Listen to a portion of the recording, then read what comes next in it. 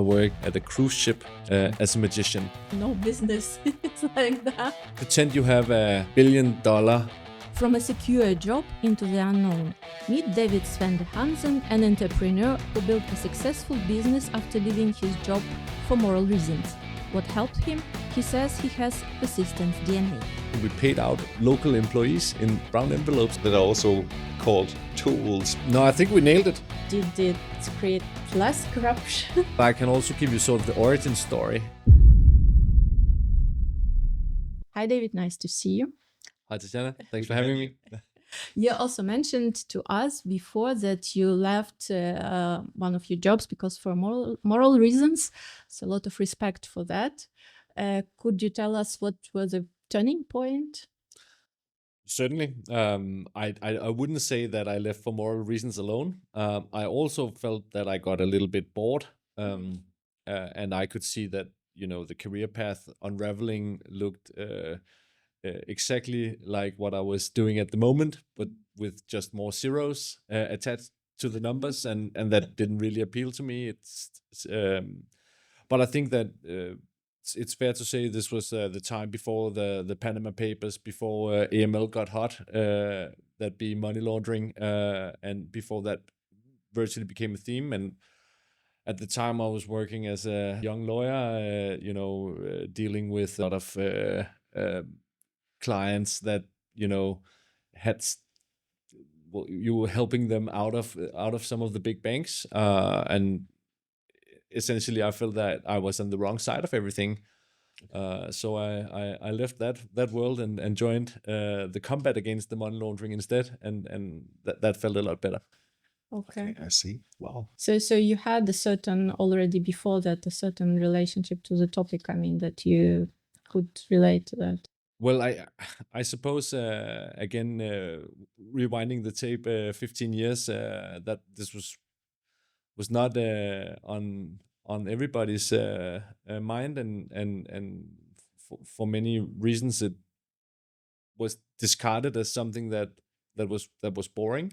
I've always found it fascinating. I always found that you could do a real contribution here. I've seen in real life, living abroad in different countries where there's a lot of nepotism, where there's a lot of corruption, where there's a lot of bribery, and see how the whole world of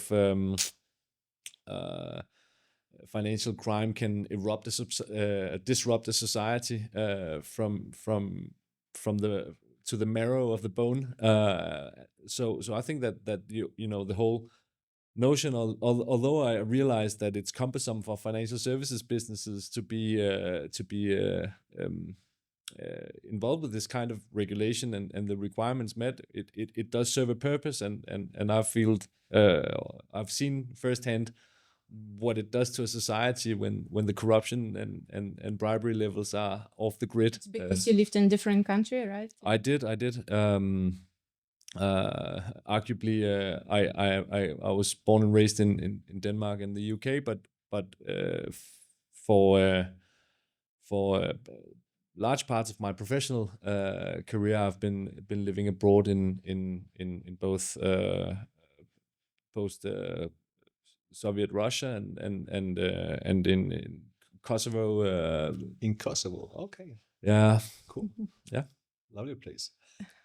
a lovely place, but also a place where the rule of law, especially in the beginning of Kosovo's existence, or more recommendation than a strict rule. Yeah. Well, I think that some countries are in between two chairs, and whether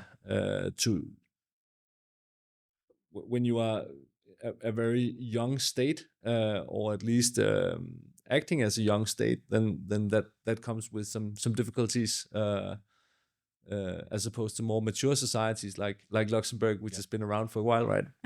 But it's interesting that you could make the parallel between being there, corruption, and how it affects society. So you could kind of take that mindset and see through a different lens the life here. It is purposeful. right? And once you see, paying out salaries in brown envelopes, then it does put a different flavor. Cliche, more or less. Yeah. Certainly. It's not cliche. It was well. There are reasons why we got to that cliche. And I mean, it's no secret we did that from in the embassy. We paid out local employees in brown envelopes in cash, which is barely 20 years ago. Knowing who's behind all the different transactions and all the different trades and all the companies and all that stuff, that's a pretty new invention, really. I'm a German kid, of course. So from a mid 70s German kid, of course. That was so when I got my first salary as a young banker. Of course, there was no envelope. That's why it's really interesting. Yeah. We had we didn't have all the salary. We had official salary, which were on the paper, and then we had envelopes on top. Yeah, so that's why. And then all the social security, all the stuff went from official salary, which was, I don't know, 10 times smaller than the real salary, and the real salary was in envelopes in dollars. I love this metamorphosis from the very manual analog world to the very fintech world. It was quite an interesting turn, I must admit. But how did it impact, by the way, like introducing digital tools? Did it create less corruption? That's a good question, and I think that you need the whole macro perspective to really appreciate digital tools, and don't get me started on crypto. Also meant that there's a whole new arena for financial crime that is opening. I think that the introduction of digitization in the financial services business has meant a lot, and it has the potential to make a lot of control mechanisms a lot easier, a lot cheaper to execute, really, and I think that's extremely positive. There's of course some pitfalls with AI hallucinating and making up excuses for certain patterns of behavior, but at the end of the day, I think we, from a preservation point of view, stands to benefit the most from the adoption of digital tools. Somebody will always be creative and find ways to bypass it, but a good example is the evolution of digital identity, how that has evolved over the past 10 years. I think what we're really seeing now is some convergence in this space, where if you were to go back 10 years, you would see that entrepreneurs would create point solutions that would solve identity or verification of, let's say, passports or ownership structures, or now we are very stuck in the whole money laundering space, but this essentially also goes on for the auditors who detect irregular payment patterns, or whatever is sort of the scope of one tool helping out solving one problem. And what we are seeing now, which is, I think, is fairly interesting, is that the whole synthesis of the manual labor meeting the antithesis of the point solutions are, twisting the way we operate and making the services a more empowered delivery and output, rather than a toolbox that you need to remember. Well, I've had this experience with, let's say, every time you call for somebody, for a handyman, they will come to your apartment and you will show them what they need to fix, and they will say, "Oh yeah, I better get my tools," and then they go back to the car and they come up with the tools. And we're like, were you imagining that you were not going to use tools? Why didn't you just bring the tools in the first place? And I think that sort of is is a parable that really applies in our world too. Oh, so you suddenly need some tools to make your life smarter. So whether that's a hammer or if it's a sanctions screening tool, that pretty much ends up the same place. It reminds me also a bit of, because we share a history in funds and so-called private markets in Luxembourg. Also that, of course, you build something from the very ground up, so you don't have this burden of many other companies, not just in finance in general, that you don't rely on legacy systems that are also called tools, but very inefficient, even sometimes hand-baked by the one or the other employee. So you did that from the very ground up in a very smart and technical way, right? Well, I would say so, yeah. I think that, maybe it's not maybe the systems aren't that bad. This is actually not where I'm heading with this, or this is not my thesis here. But when you operate in the private markets industry, what you really see is a consolidation of players, and you have seen for many years larger players becoming larger and larger and larger through typically through bolt-on and M&A acquisitions. I think especially the private equity space loves these industries because they have long cash flows, they are predictable, good organic growth, and these characteristics apply in the private market space, especially on the service side. Now, when you are building something and you are relying on a patchwork of systems and a patchwork of people, then the problem is not the individual systems, it's the silos you are creating between various different systems and various different people. Each other. Exactly. So people and systems. Exactly. So you'll have a lot of transmission laws in between the various silos, and the real ball of wax in this industry is the data.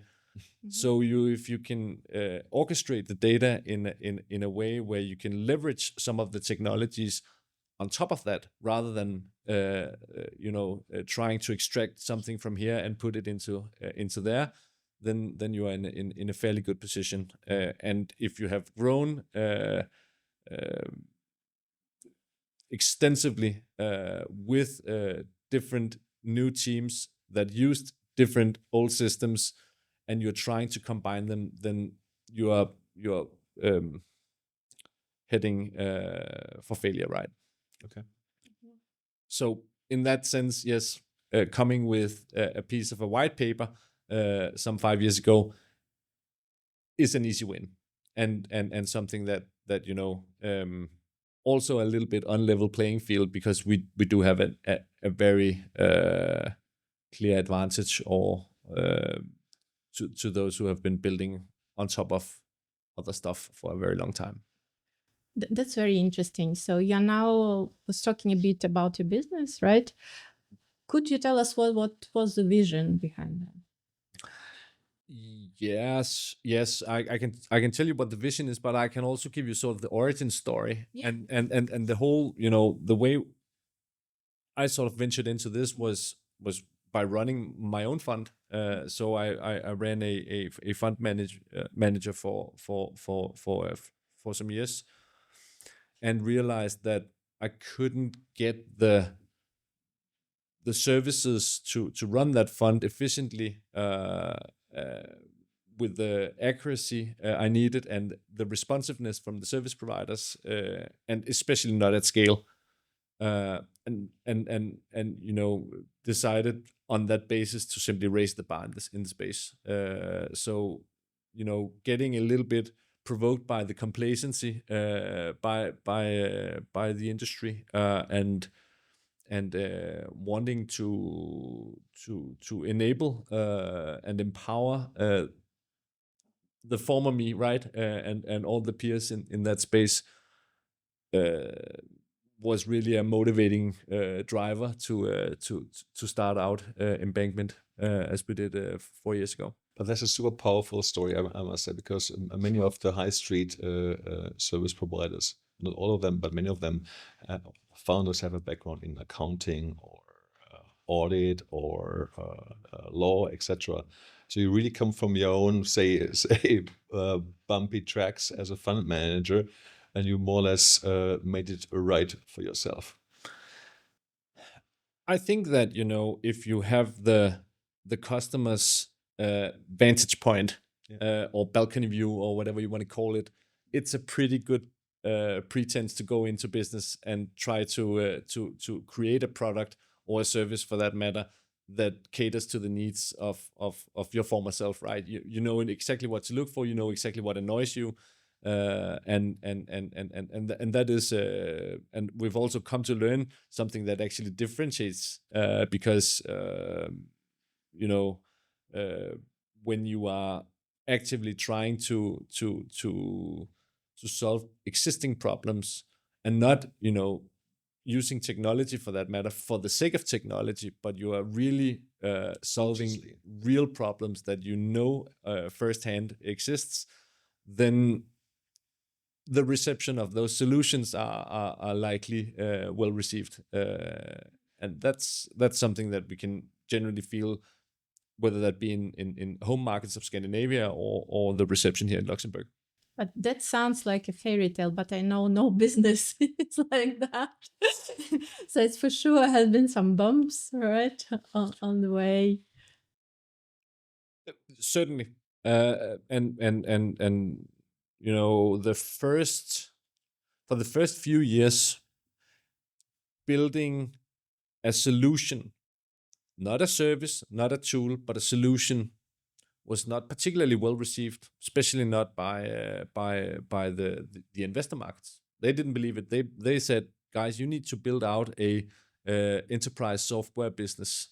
Have you heard about software as a service that works? and that was the narrative from every single angle. And every time we came with something, this was the reception we got. Nah, you should probably tailor it more to, it would be cool if the tool could do this.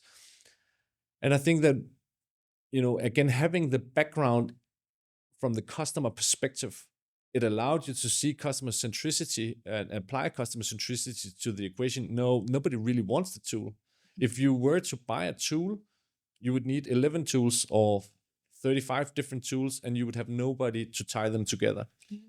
It reminds me of a good friend of mine, former colleague of mine, who is a known rec tech founder in Luxembourg. And we had a conversation years ago when the market was not super ready for his solution. And now, of course, he can't hide because everyone has seen and experienced those constraints. Now everyone wants to become a client, which is, of course, say, a deferred luxury. Yep. You have been slightly too early.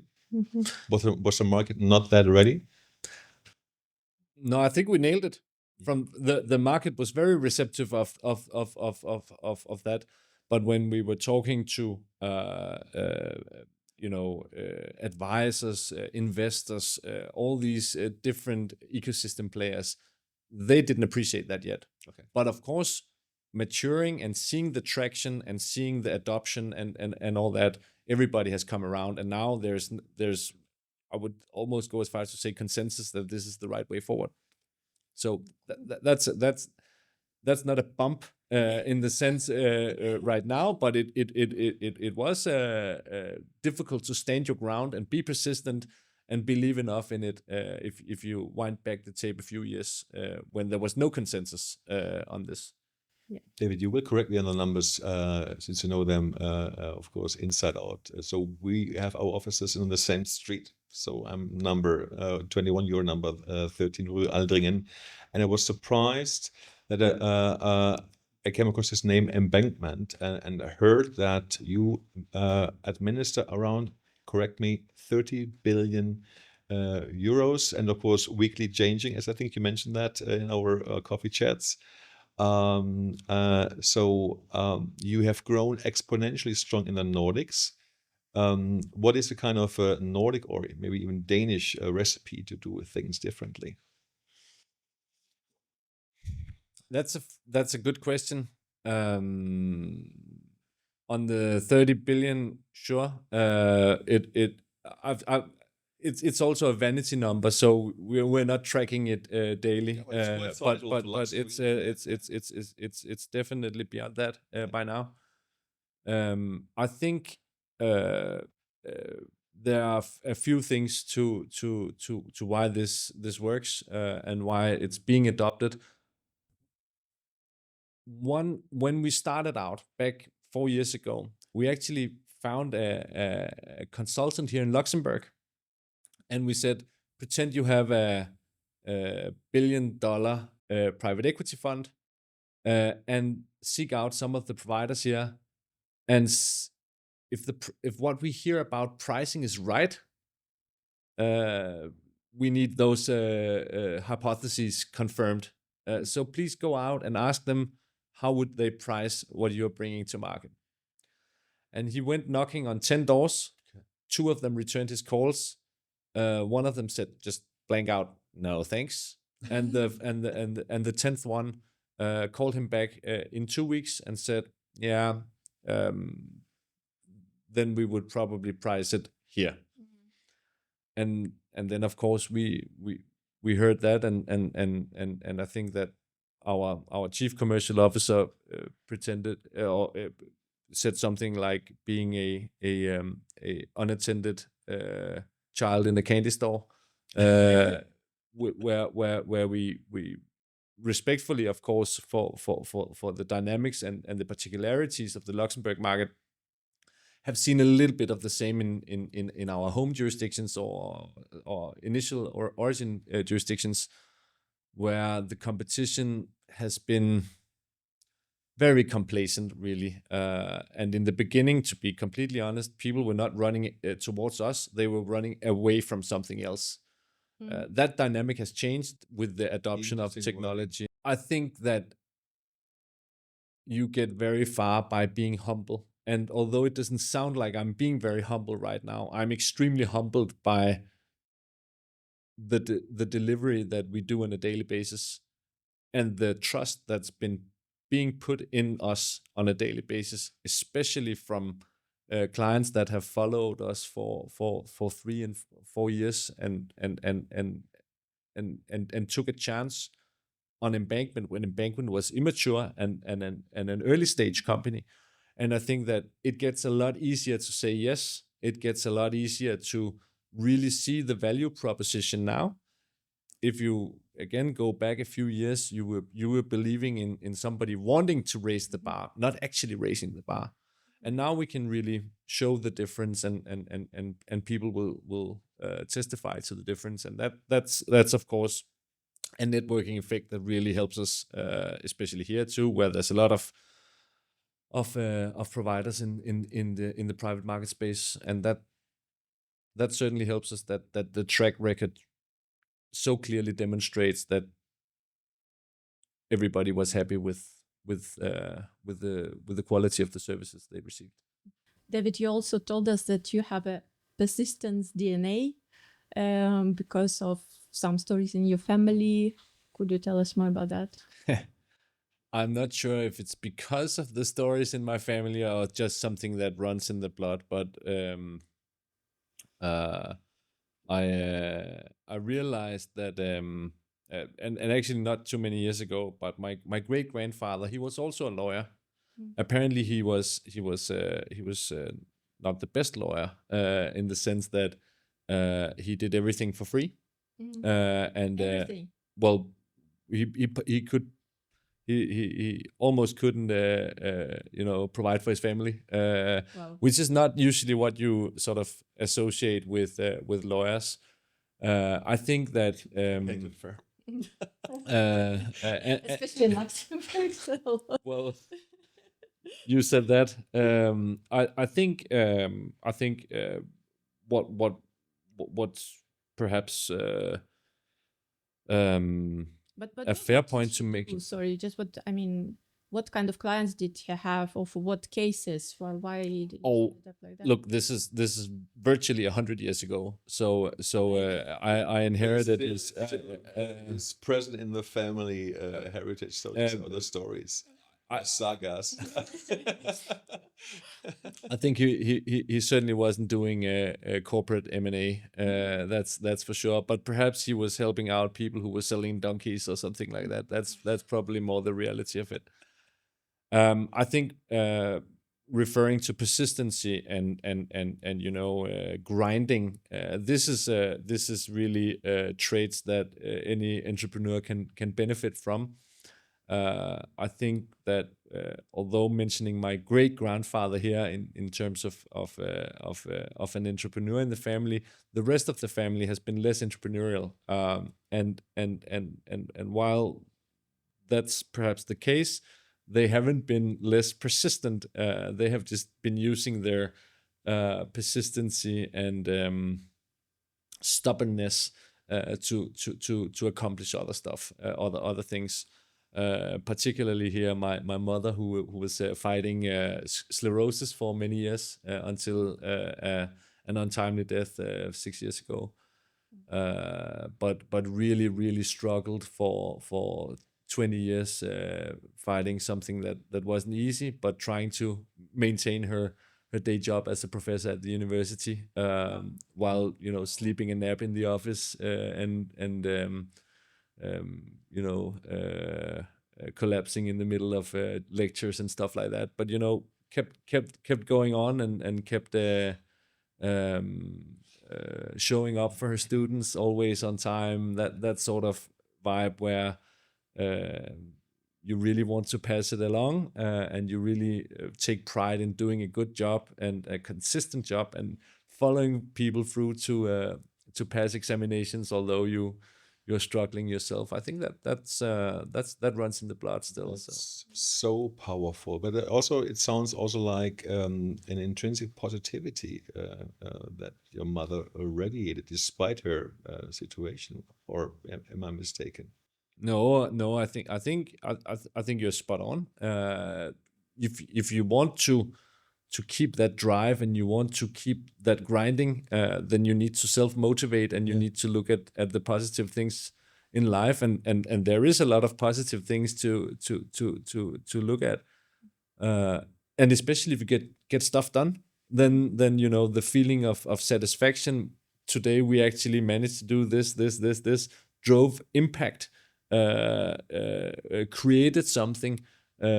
She was like a world famous theoreticist within political science, and people read her books today.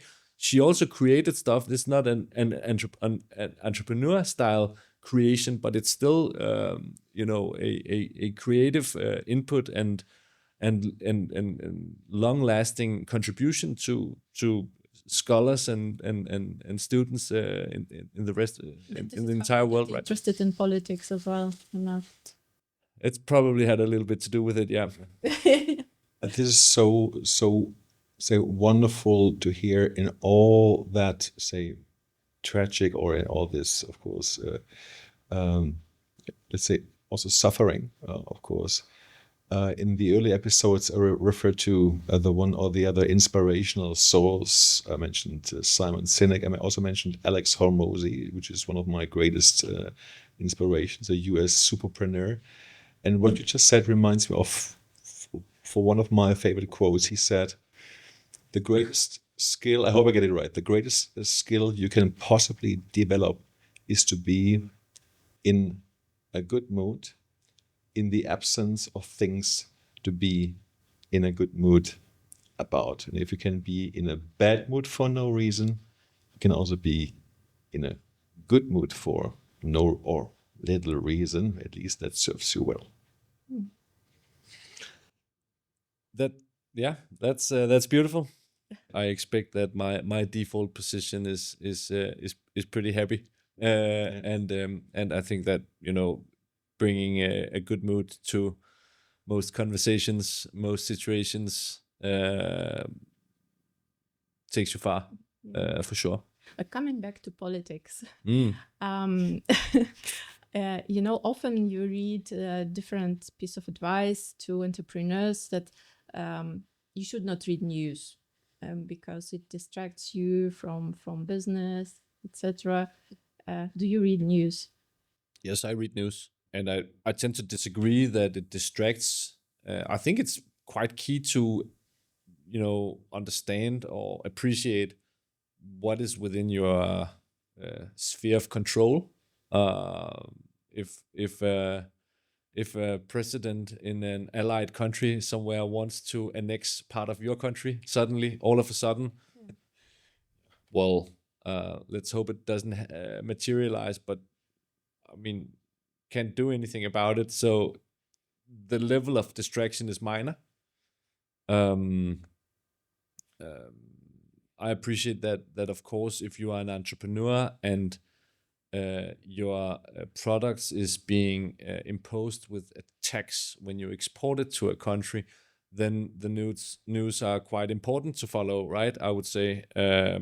Luckily, we are not in a situation like that, but a lot of my peers are selling and exporting goods and services to other countries, and I would find especially trade politics quite important here. When we deal with instability or uncertainty in a world where you have sanctions one day and you don't have the other day, I mean, following the news is also something. No names. Yeah. Well, to be frank, these alliances tend to shift quite fast. These at present days, right? So let's see who's sanctioned tomorrow. When we wake up, I would want to know. Yeah, it's kind of bitter laugh, right? But can you tell us what do you think how our world will look like in a year, for example?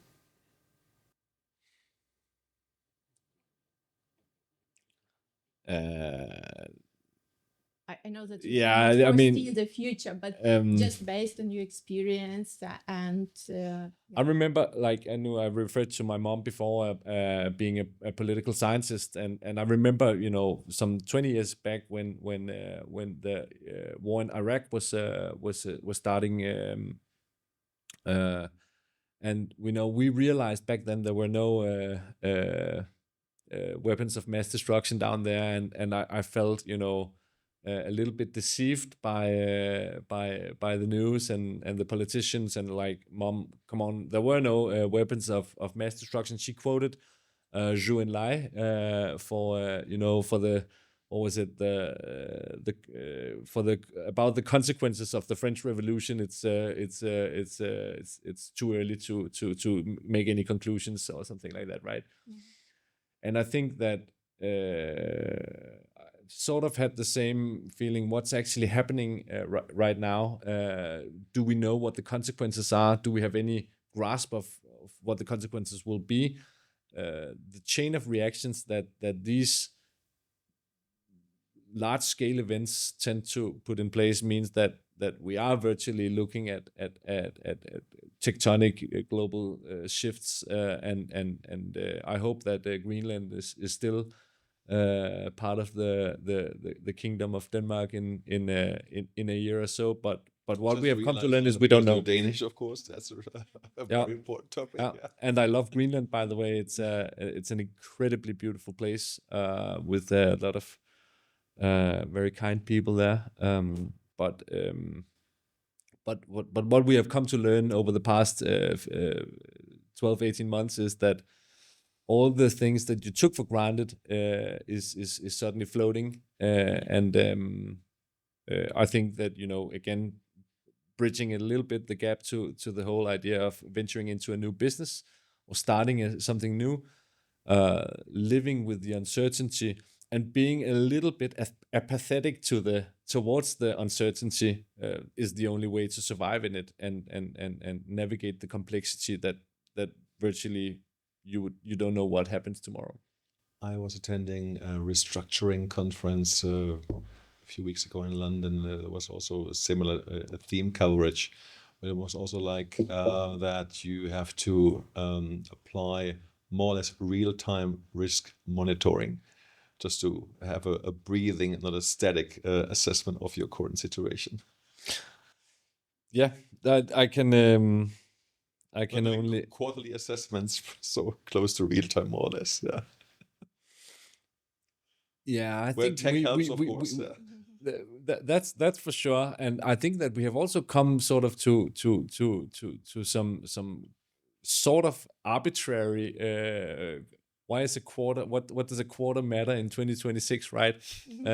You should sometimes look at the clock and see. Okay, there's a speech in 45 minutes, and maybe you'll see a nuclear bomb in an hour and a half, right? I think that level of uncertainty means that some of the traditional operating models are simply outdated, and the way we need to adapt to, whether that be politics or technological advances, is so massive. I mean, it took the internet 20 years to reach 1 billion users. It took AI like 45 minutes. So I think that the whole idea of how we are evolving means that a year from now is like in Narnia. Really, it can feel like 200 years. Yeah. Amazing. Or the other way around. Yeah. So because you're of course a tech-enabled company, Embankment, and I was just thinking about ChatGPT 3 years ago. Most of the people couldn't barely spell it unless you were in machine learning or large language models. And now, of course, we're talking about AI agents. For your business, maybe this is a bit more, hopefully more predictable, the adoption of AI than the current political sentiment. So what's your take also for the private markets and fund sector, for example, from 1 year from now, what you see in the market? Particular on fund industry, I see a rapid move towards deploying agentic workflows into the different processes that we see today.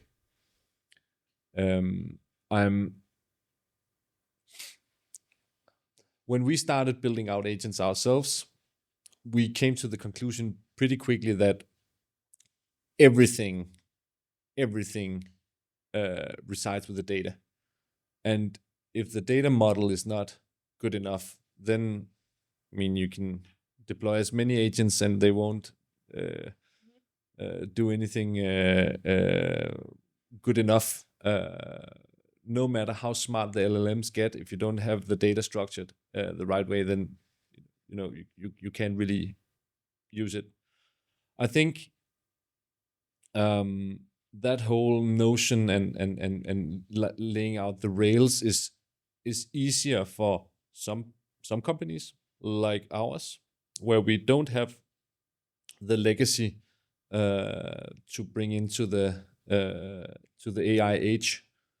I think I spoke to a CTO of a large bank, and he told me that the best AI case from a banking perspective was to read the old hardware in the cellars. What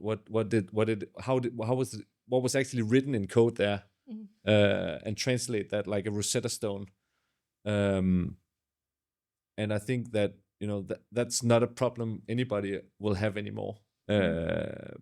But that means that if some of the more incumbent players can leverage AI to understand how their own data is actually structured, then perhaps they can benefit from it too. And now we are running out of time, and I have the last question that we normally ask every guest. So what are 3 major lessons you learned in your life? 3 major lessons I learned in my life. I think one of them came to me when I was somewhat younger. I worked when I was a student.